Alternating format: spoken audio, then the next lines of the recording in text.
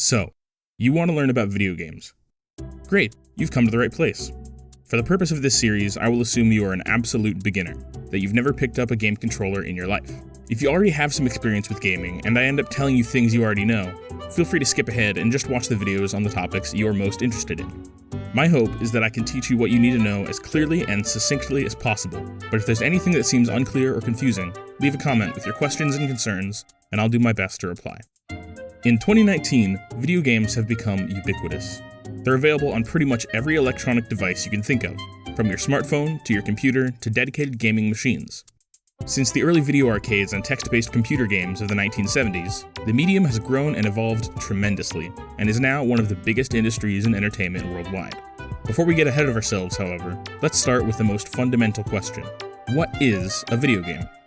Today, we will discover the answer on this first episode of Gaming is for Everyone.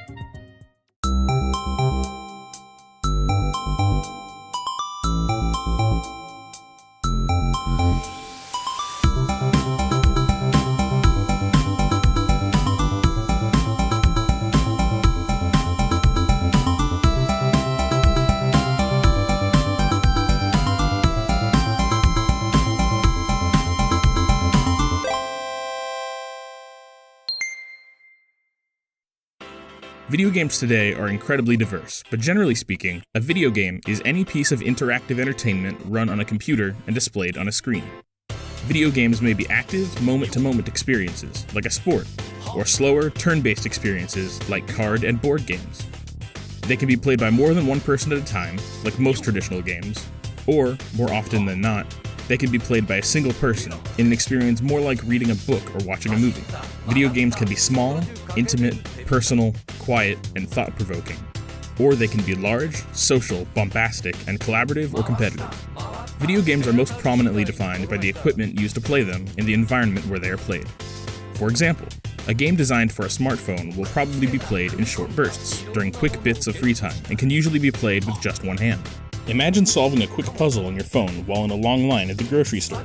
In contrast, a game designed for the home TV will likely be played for longer sessions of time, and will probably require both hands on a dedicated controller with physical buttons, rather than a touchscreen. Imagine spending an hour or two exploring a virtual world with good characters and an interesting story, the same way you might watch a TV show in the evening after work.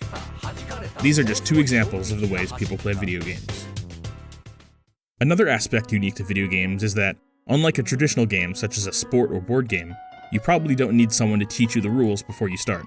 Instead, many video games will themselves teach you how to play them, either by relying on your intuition, or by telling or showing you how the game works. Of course, this often relies on the player already being familiar with certain gaming concepts, the basics of the game's genre, how to hold and use the controller, and so on. A lack of this basic level of gaming literacy is often what makes playing video games so difficult for newcomers. That said, some genres and games can have a steep learning curve, to the point where even experienced gamers need help learning the ropes. The best way to learn a new game in these cases is to be taught by a friend who already knows what they're doing. But if you don't know anybody that's able to help you with this, it's my hope that Gaming is for Everyone will be able to clearly communicate these concepts to you in future episodes. Next, let's talk about game platforms. A platform is the device or type of device on which a video game is played. Each video game can only be played on a certain platform or group of platforms, like how a music CD can only be played on a CD player, and a vinyl record can only be played on a turntable. Current video game platforms can be split roughly into three categories: smartphones and tablets, consoles, and personal computers or PCs. The games for each of these platforms are obtained and stored in a few different ways. On smartphones and tablets, games are purchased through online app stores, then downloaded as a digital file to the memory of the device. Consoles can also obtain games this way, through their own online game stores, but may also be purchased in the form of physical storage media, a disc or cartridge, for example. Finally, PC games can also be purchased on physical discs, but nowadays are most often purchased and downloaded from the internet. So now, I bet you're wondering, what are the advantages and disadvantages of buying and playing games on each platform, and how do I choose which one to use? That will be the topic of our next episode. For now, feel free to leave a comment on this video with any questions you might have about today's material. You can also email me at jack@gamingisforeveryone.com with any questions, comments, or suggestions as well. If you'd like to make sure you never miss an episode of Gaming is for Everyone, click the subscribe button, and if you'd like to be notified when the next episode is out, click the bell icon. Thanks for watching.